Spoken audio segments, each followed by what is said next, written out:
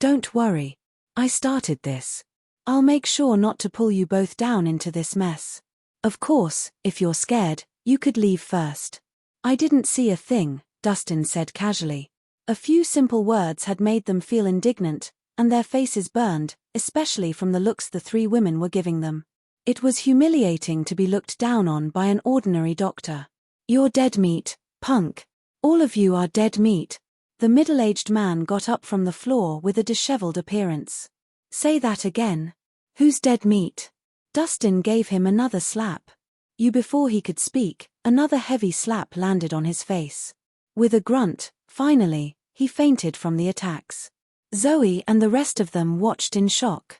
They couldn't believe Dustin was merciless and dared attack with such force, even though he knew the other party was from the Langford family.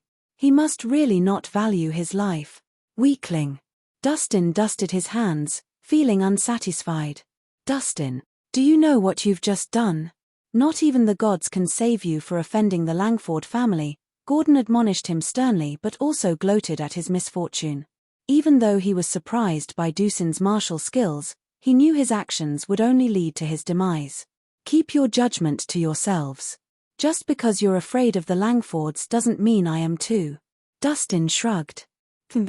You must not be aware of how scary they could be.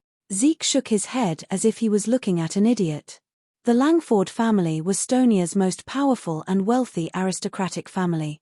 Other than the tremendous three, no one else dared confront the Langfords directly in the whole of Barlerno. With Dustin's mere background as an ordinary doctor, he should have made sure he knew who he was going up against before attacking a Langford family servant. That's enough. We shouldn't stay here any longer. Let's go. Zoe's gaze betrayed her nerves. After what happened, she understood how terrifying the Langfords could be. Dustin suddenly said, Ms. Harmon, you should go first. I have a few things left to do. Since he'd already made an enemy out of the Langfords, he might as well deal with the issue cleanly. What are you going to do? Natasha stared blankly at him. Nothing much, just going to finish up some unfinished business. Dustin smiled. Hey, are you crazy? Their men will be here soon, you'll be dead meat by then, Zoe said with a frown. I know what I'm doing. Dustin wasn't bothered.